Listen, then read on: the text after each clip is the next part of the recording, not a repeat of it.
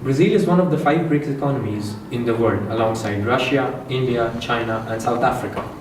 It becomes an attractive platform for investors to inject their money in the country. However, where to put the money into so it is safeguarded as a major fretting point for us.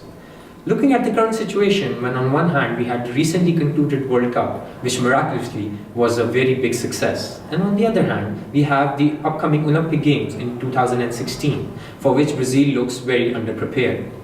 The roads, stadiums and transportation still look as if it will take ages for them to complete. The security and criminal activity in the country is a major concern for the International Olympic Committee, commonly known as the IOC. So as investors, we have decided to invest in the sectors of infrastructure, transportation and security. So why do we need to invest in Brazil?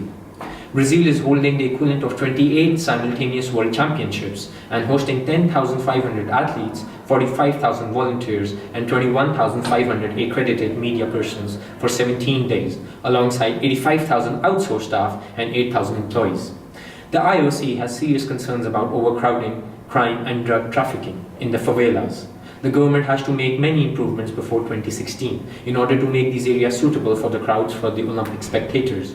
It should improve the quality of the police force with an emphasis on training and increasing task forces, making international headlines with the invasion of favelas to reduce crime, increase police numbers and raise salaries, process of pacification that would be more ethical by helping people in creating a better environment for security, protect tourists and the larger number of citizens outside the favela. I would now like to ask the investor who decided to invest in infrastructure.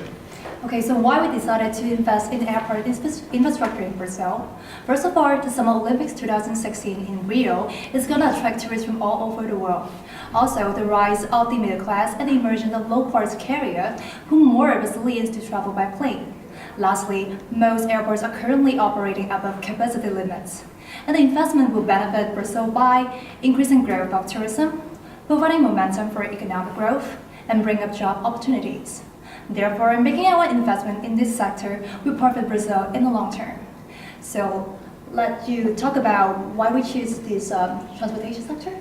Yes, today the metrics of transportation is unbalanced in Brazil. Roads represent 61% of the total freight, while the railway only comprises 21%. However, transport by rail can be 30% cheaper and be more efficient.